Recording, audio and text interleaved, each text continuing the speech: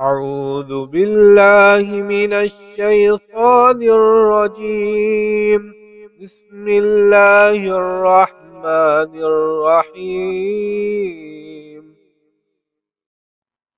الله أكبر الله أكبر الله أكبر، لا إله إلا الله. الله أكبر الله أكبر ولله الحمد. الله أكبر كبيرا والحمد لله كثيرا وسبحان الله بكرة وأصيلا.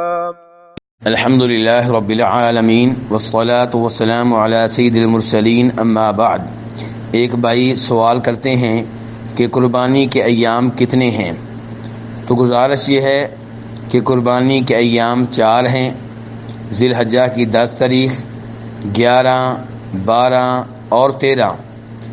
ان میں سے 10، 11، 12 کے بارے میں اختلاف نہیں ہے، لیکن 13 تاریخ کے بارے میں اختلاف ہے کہ یہ دن قربانی کے ایام میں داخل ہے یا داخل نہیں ہے۔ صحیح بات یہ ہے کہ یہ دن بھی قربانی کے ایام میں داخل ہے، جیسا کہ شیخ البانی رحمہ اللہ نے واضح کیا ہے، اور انہوں نے اس حدیث کو صحیح قرار دیا ہے جس حدیث میں نبی علیہ الصلاۃ والسلام فرماتے ہیں کہ تشریق کے جتنے بھی ایام ہیں وہ ذبح کرنے کے ایام ہیں، اور ایام تشریق 11، 12 اور 13 کو کہا جاتا ہے۔ امام ابن قیم رحمہ اللہ نے بھی اس حدیث کو مضبوط ترین حدیث قرار دیا ہے، اور امام شوکانی نے بھی اس معاملے میں ابن قیم کی رائے کو اختیار کیا ہے، اور شیخ البانی رحمہ اللہ نے یہ بھی واضح کیا ہے کہ یہ بہت سے صحابہ کرام کا موقف ہے۔ تو اس لیے صحیح بات یہ ہے کہ قربانی 13 تاریخ تک کی جا سکتی ہے، لیکن بلا وجہ 13 تاریخ تک لیٹ کرنا مناسب نہیں ہے۔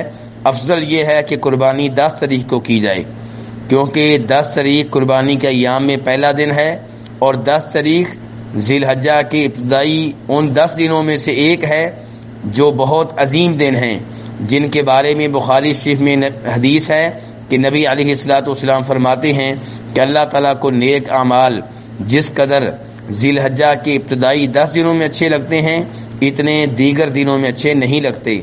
اس لحاظ سے ہر مسلمان کو چاہیے کہ ذی الحجہ کی 10 تاریخ کو قربانی کرنے کی کوشش کرے۔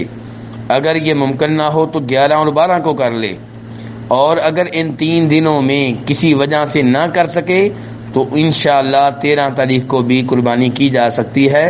واللہ تعالی اعلم۔